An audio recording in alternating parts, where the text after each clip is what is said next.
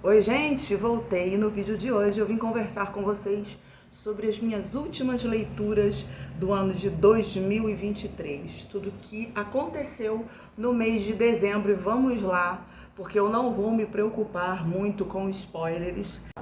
Vamos para o livro que eu abandonei, vamos começar por ele. Lembra que eu disse para vocês que estava lendo O Fantasma da Ópera? Pois é, gente, não deu. Eu li aproximadamente, cadê? Foram 100 páginas. Gente, não deu. O livro é assim, aqui a gente tem uma história dessa construção desse prédio, a Ópera de Paris. Então a gente tem galerias subterrâneas, a gente tem uma espécie de lago, rio, não sei, que se passa submerso por baixo da cidade. Não sei, gente, embaixo desse prédio tem uma espécie de galerias subterrâneas que dá para passar com canoas. Mais ou menos a ilustração dessa capa sugere mais ou menos isso. Eu não cheguei a me aprofundar na história o suficiente para entrar nesses detalhes. Então a gente tem aqui os cantores, os personagens dessa ópera, a Christine. A gente tem aqui os diretores, os demais componentes dessa ópera de Paris. E a gente tem aqui a troca de direção, acontecem algumas coisas.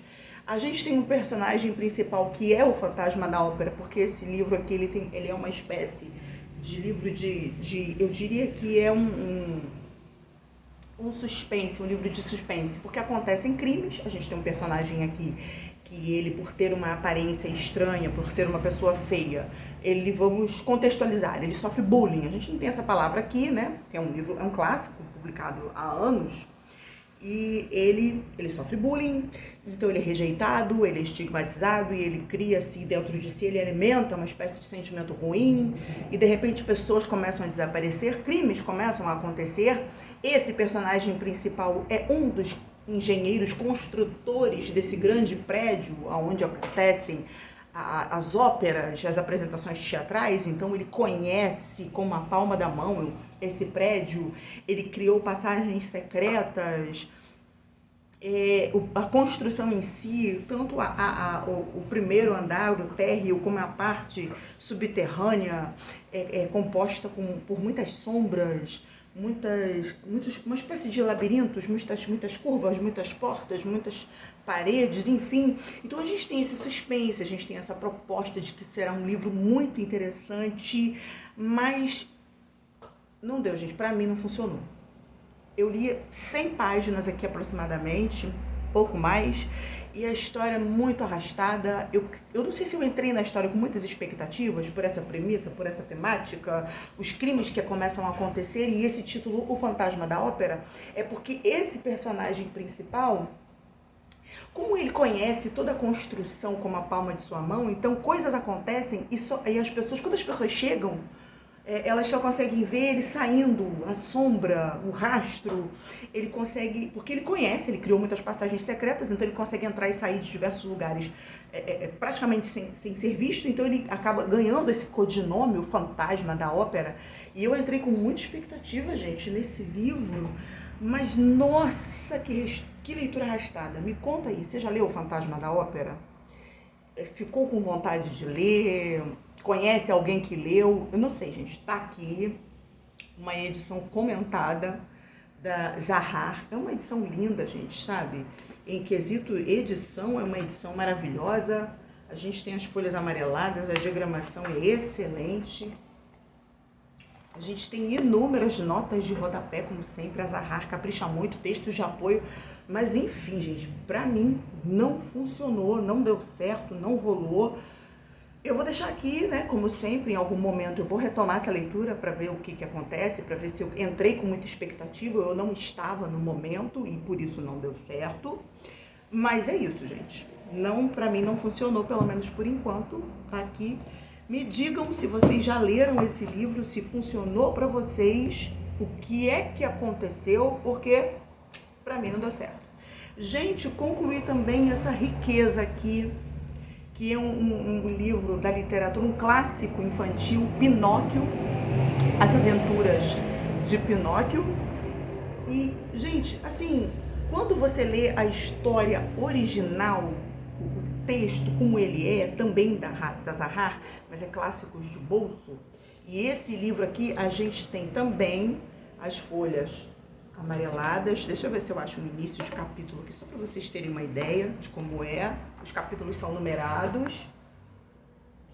E a gente tem folhas amareladas, a gente tem introdução, a gente tem texto de apoio, a gente tem aqui nessa edição, a gente tem a apresentação, né? Temos a cronologia de vida e obra do autor e nós temos notas de rodapé nessa ediçãozinha de bolso aqui, não temos ilustrações.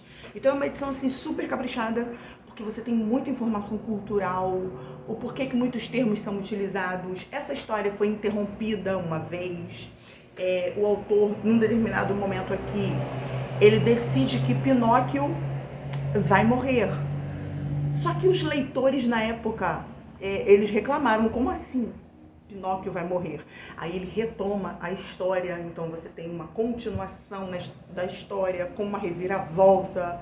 E esses capítulos, eles são episódicos. Cada capítulo, ele tem uma espécie de início, meio e fim. Nós temos 36 capítulos nesse livrinho aqui, edição de bolso, luxo, da Zahar, folhas amareladas e tal. O mesmo capricho de sempre da Zahar, só que em edição de bolso. E eu digo para vocês que história incrível e ao mesmo tempo as avessas de tudo que a gente está acostumado a ver na Disney.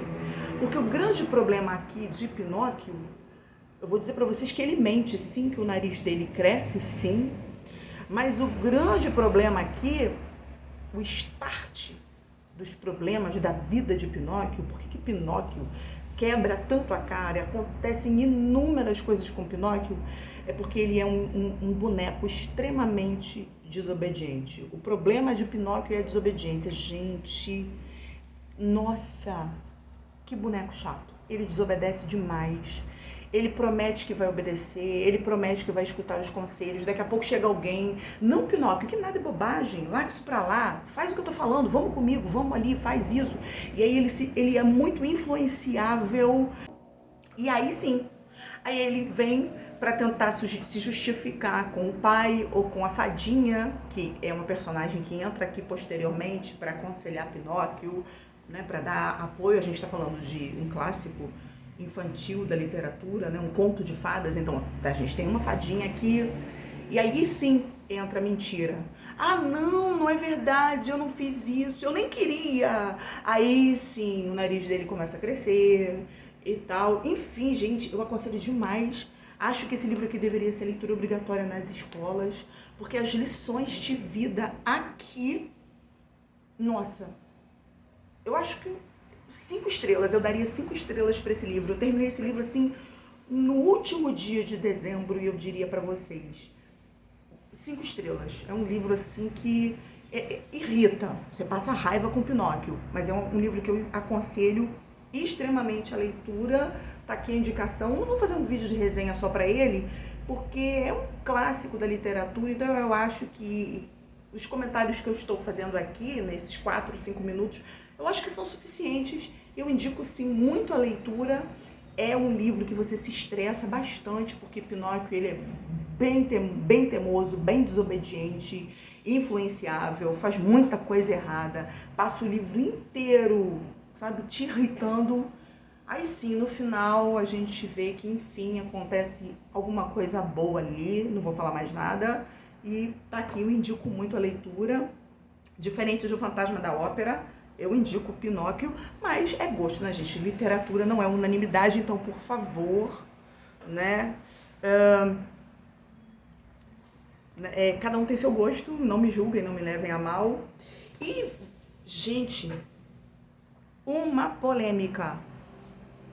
Eu concluí também em dezembro ali, nos últimos dias ali, na última semana, logo depois do Natal, eu concluí essas leituras que eu vou trazer para vocês. E eu resolvi gravar um vídeo separado sobre elas, porque foram leituras que eu fiz em dezembro, que eu abandonei, eu fechei, concluí em dezembro.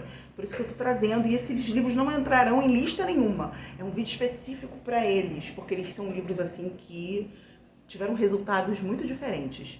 Eu li Felicidade Conjugal, li A Morte de Ivan Illich, li Felicidade Conjugal, amei A Morte de Ivan Illich, vou gravar a resenha, mas Felicidade Conjugal eu odiei. Me julguem. Primeiro Tolstói, e olha que Tolstói é o meu escritor, um dos meus escritores favoritos, mas eu odiei Felicidade Conjugal. Lembra que eu disse para vocês nos vídeos atrás que aparentava assim um pouquinho com Mulherzinhas da Louisa May Alcott? Gente, começa tendo uma forte inclinação a se parecer. Só que depois que eu gravei aquele vídeo, que eu fui avançando na leitura e eu concluía, gente, que livro chato, insuportável, personagens chatos, a história é chata, inclusive, na minha opinião, existem algumas coisas aqui, pra mim, bem polêmicas, e aí eu não vou me preocupar com spoilers. A gente tem aqui um clássico da literatura russa que foi escrito entre 1858 e 1859, publicado em 2 partes na revista O Mensageiro Russo, ainda em 1859, quando Tolstói tinha 31 anos e era solteiro e morava em sua propriedade rural na Yasnaya Poliana, né, perto de Tula. E ele estava ali começando, pode-se dizer, a sua carreira como escritor, já tinha publicado algumas coisas, mas ele não havia ainda chegado ao grande sucesso, né? Não tinha galgado o nome, né, que ele galgou posteriormente.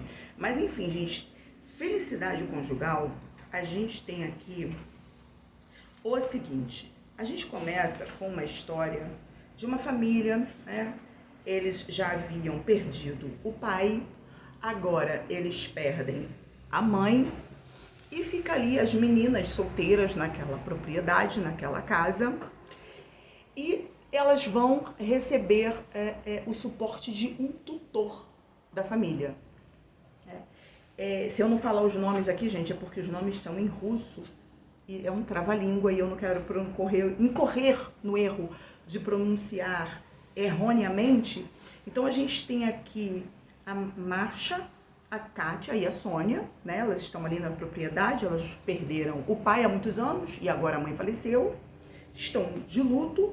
E elas vão receber a visita de um tutor, será o tutor da família, da propriedade, o tutor delas, um amigo da família, um amigo do pai, da mãe, que conhece essas meninas desde a infância. A nossa narradora aqui, ela tem por volta de 17 anos, que é a Marsha, né? E o Serguei, que é o tutor, ele tá chegando ali e para sofrer junto com as meninas, para consolar, essa questão toda do luto, E ele chega ali e começa a conversar e começa a se inteirar do que está acontecendo, do ambiente da casa, da família. E, gente, nesse livro aqui, a gente tem os paradoxos, né, sobre a vida da cidade, a vida no campo, a gente tem questões sobre amor, euforia, questões da rotina, alma humana, as necessidades humanas. Tolstói, ele vai falar, como sempre, sobre todas essas questões psicológicas. Aí esse cara, o Serguei, que será o tutor da família, ele chega ali naquela propriedade, né? Daí a pouco, né, ele começa aí surge-se um clima entre ele e a nossa narradora, que tem 17 anos. Ele tem o dobro da idade dela. Ele já é um homem, já beirando ali seus 40 anos, um homem experiente, um homem vivido. E aí ele começa a ditar ordens dentro de casa, né? Então a gente tem muito do machismo aqui nesse livro. Até aí, né, não era muito de se assustar. E a gente tem muito desse machismo no livro. E aí ele começa a dar ordens: toque para mim. Aí ela começa a achar que, então, quando ele vai visitar, ele gosta de vê-la tocar. Aí tem um dia que ela se entusiasma e vai tocar. Aí ele fecha o piano, tranca e guarda a chave no bolso. Não, hoje você não vai tocar e tal. Você não... Aí começa a fazer críticas. Ele chegou numa casa e a família está de luto. Raciocina comigo. Você não pode se deixar amargurar. Você tem a música, você tem os livros. Uma boa jovem, uma boa dama não se amargura com a tristeza, não se amargura com o luto. Eu fiquei assim, oi? Gente, é a minha perspectiva. Essa questão psicológica, é claro que a gente tem aqui um pano de fundo cultural, mas a gente tem essas lições aqui que devem ser aproveitadas na literatura. Essa questão do luto, não interessa se você é uma dama ou se você não é uma dama, e utilizando desse contexto cultural da época. Se você está passando por uma fase de luto, é legítimo que você viva o luto em toda a sua intensidade. Até porque é necessário para que aconteça o propósito, o processo de cura. Então a gente já entra na história e a gente começa a perceber que tem um clima, sabe, machista, tem um contexto de dominação e de crítica muito, para mim, muito chato. Para mim o livro não funcionou de forma nenhuma. E olha que eu amo Tolstói, mas gente, não funcionou. Aí começa a fluir um clima. Cria-se, aí ele conta para ela uma historinha. E se eu me apaixonasse por você, e se nós, né? Ele não usa esse termo, que a gente está falando de um contexto de 1800, né? Se nós nos casássemos e não sei o quê, eu sou um homem velho, você é nova. Aí eles casam-se e vão morar no campo, moram um período na cidade, acontecem alguns problemas aqui, ela comete alguns deslizes, ele também. É claro que as nuances do relacionamento vão passar por aqui, né? Todos os altos e baixos normais de um relacionamento acontecerão aqui, mas, gente, a forma como o Tolstói desenvolveu essa história, pra mim, gente, é a minha opinião. Literatura não é unanimidade. De repente você leu Felicidade Conjugal e você amou. Pra mim não funcionou. Gente, a forma como ele escreveu esse livro, desenvolveu essa história, a forma como os personagens são criados aqui, pra mim, soa absurdo. Aí chega um momento em que eles vão se casar e ele lembra do pai dela conversando com ele, porque ele era amigo do pai dela quando o pai dela estava vivo, a Marcia, né, que é a nossa narradora. Aí ele lembra, quando você estava no chão da sala brincando de boneca, o seu pai vira para mim e diz assim, seria bom se você se casasse com a minha filha. Como assim? Aí eu li esse trecho, reli e falei, eu não tô acreditando que o pai tá olhando para uma menina de 7, 8 anos, que tá brincando no chão da sala, e olha para um marmanjo que já tem uma vida feita, que já tem experiências na vida, se é que você me entende, para eu não rasgar o verbo aqui, e diz para esse marmanjo, adulto, homem feito, que já vive por aí, se é que você me entende, que seria bom se ele se casasse com uma menina que é uma criança que deve ter ali seus 8 anos, que tá brincando de boneca no chão da sala, e ele diz isso para ela futuramente, e tudo isso soa como natural. E aí ela começa a querer agradar a ele, a querer fazer todas as vontades dele, e ele começa, às vezes você vê que de forma sutil ele está manipulando ela, fazendo pouco dela, e ela reclama porque ele não elogia ela, ele não consegue ver beleza em nada que ela faz. Aí um dia ela vai na igreja pedir orientação divina, e ela se sente envergonhada dos pecados de infância. Oi? Pecados de infância? Uma menina que viveu criada dentro de casa ao redor de bonecas. Gente, pra mim não funcionou. Desculpem. Se você leu Felicidade Conjugal e gostou, me conta aqui nos comentários e não me cancelem, porque eu continuo amando Tolstói. Eu amei A Morte de Ivan Ilitch, vou gravar um vídeo só pra ele, mas Felicidade Conjugal, me desculpem, eu não vou nem reler. Essa edição aqui é uma edição com 4 novelas, que tem, além de Felicidade Conjugal, A Morte de Ivan Ilitch, que é maravilhoso, tem a Sonata de Kreutzer e Padre Sérgio, que eu ainda não li. Essas duas últimas eu ainda não li. Mas a gente tem, né, nas editoras aí, em algumas outras editoras, 34, por exemplo, todas essas edições individuais. Mas eu digo para vocês que no quesito tradução e textos de apoio, essa edição aqui da Todavia, ela é melhor, ela compensa mais. E aí, eu virei 2023 para 2024, já concluindo de C.S. Lewis, Reflexões sobre Salmos. Gente, que livrinho maravilhoso. A gente tem aqui um livro capa dura, né, gente, da Thomas Nelson. Nós temos aqui 140 páginas.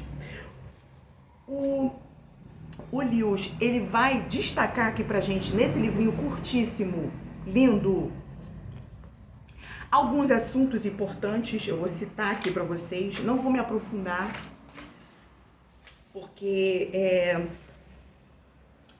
um livro, você pode ler ele paulatinamente, você pode ler ele numa sentada só, porque é 140 páginas.